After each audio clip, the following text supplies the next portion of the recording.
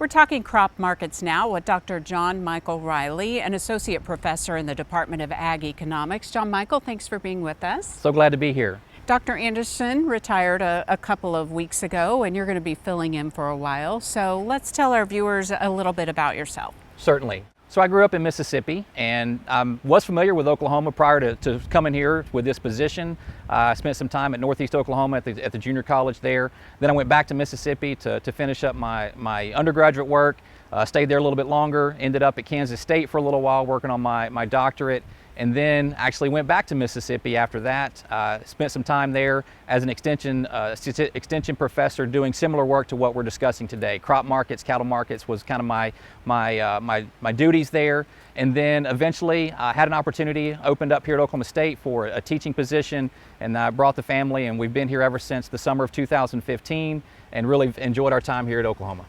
So you're primarily classroom instruction and then some research as well, right? That's correct. My position is predominantly in the classroom, and I spend a bulk of that time in the undergraduate, working with undergraduate students and undergraduate courses.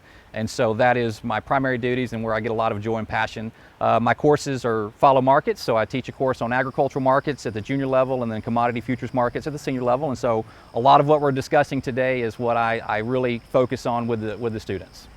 All right, well, let's dive right in. Let's start with the wheat market and how things are looking there. Well, I think the word there is kind of grim, and I think that's really been the case for the past couple of weeks as we've, prior to harvest and then coming in and then through harvest. We're almost done with harvest here in the U.S., certainly done here in Oklahoma. Yields are really strong, and I think that really is the story that's carrying the market right now, is strong yields, total acres on par with where we've typically been. You add those extra bushels in, and it just puts a lot of pressure on the supply side of the market. Futures market this morning was around mid 5.5, and that's been down from even last week. We look at basis across the state, that's generally somewhere around negative 40, negative 45 cents a bushel, and put that with the futures market, and that's where we're at right now with prices. That puts prices about 5, and if you look across the state, that's where they generally are at, in that $5 mark. We have some international factors too that also kind of put pressure on prices, don't they? That's the yields in the U.S. being strong, and also if we look across the globe, Russia's crop, the crop in the Black Belt region, all of that is adding some additional pressure.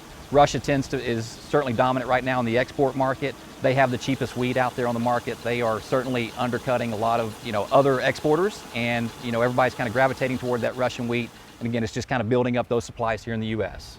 Let's take a look now at some of the other crops and give us an update on what you're seeing there. Absolutely. Let's start with corn. Again, kind of a similar story to wheat, and I think this is the case for soybeans as well. Pressure is the name of the game. We're starting to look toward what the crop is going to look like here in the U.S. as we start to look toward harvest. The crop looks really good. The weather is shaping up to be pretty good. I mean, there is some worries about drier conditions in the Corn Belt right now that the market is keying in on, but those really haven't shown themselves enough to really boost anything. Again, the pressure is coming from the supply side of the marketplace. And then what are you seeing in terms of soybeans and cotton? So soybeans, a similar story there. I mean, I think that what I had to say about corn kind of follows through. Probably the biggest difference there is soybean oil is kind of the focal point right now that's filtering back towards soybeans. Soybean oil market's under some pressure, and that's adding additional pressure to the soybean market. In fact, it looks a little bit more grim than even corn and wheat.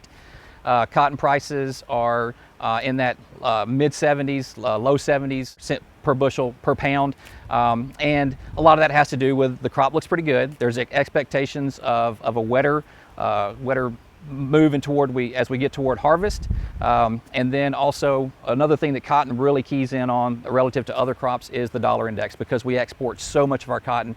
The strong dollar is also putting some additional pressure on the cotton side of things that maybe the other markets aren't as focused in on. All right, John Michael, great information. Thanks for the context, and we're glad to have you on board with the SUNUP team. So glad to be joining you. Okay, we'll see you again soon.